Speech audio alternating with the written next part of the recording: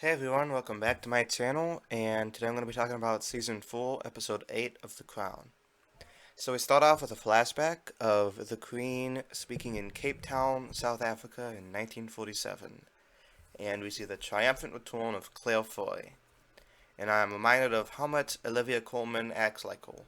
They don't physically look alike, but they have the exact same voice, accent, and mannerisms, which, like I said, reminds me of how good the casting on this show is. Not just with Elizabeth, but with Philip and Charles and everybody else, Margaret. So we also see a young Margaret Thatcher, and we see her studying college chemistry and doing political conservative activism. So now in the present, Thatcher and Queen are clashing over imposing sanctions on apartheid South Africa. The Queen wants sanctions because they would fight racial segregation and bring the Commonwealth nations together, but Margaret Thatcher was against sanctions because they would halt the British trade and might decimate Britain's economy, as well as South Africa's economy. She's also anti-Commonwealth, since it would distract leaders from focusing on Britain. So Thatcher and Elizabeth argue about this. Elizabeth wants Thatcher to sign an agreement to impose pressure on South Africa, but Thatcher doesn't want to.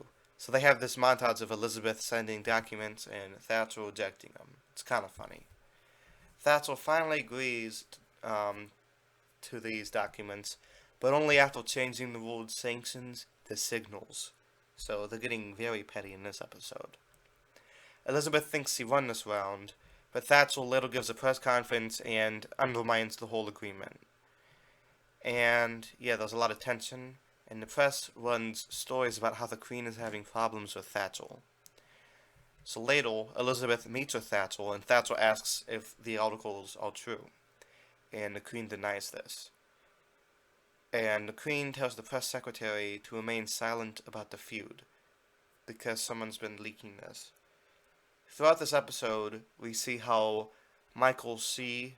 views these events, and he uses the information to write a book about them. Unfortunately, the Queen uses Michael Shea as a scapegoat and gets him fired.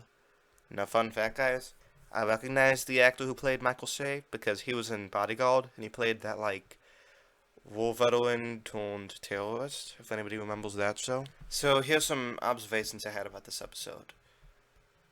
Africa is shown many times, and why does it always have a yellow tint in both movies and TV? It's the same with Mexico, South America.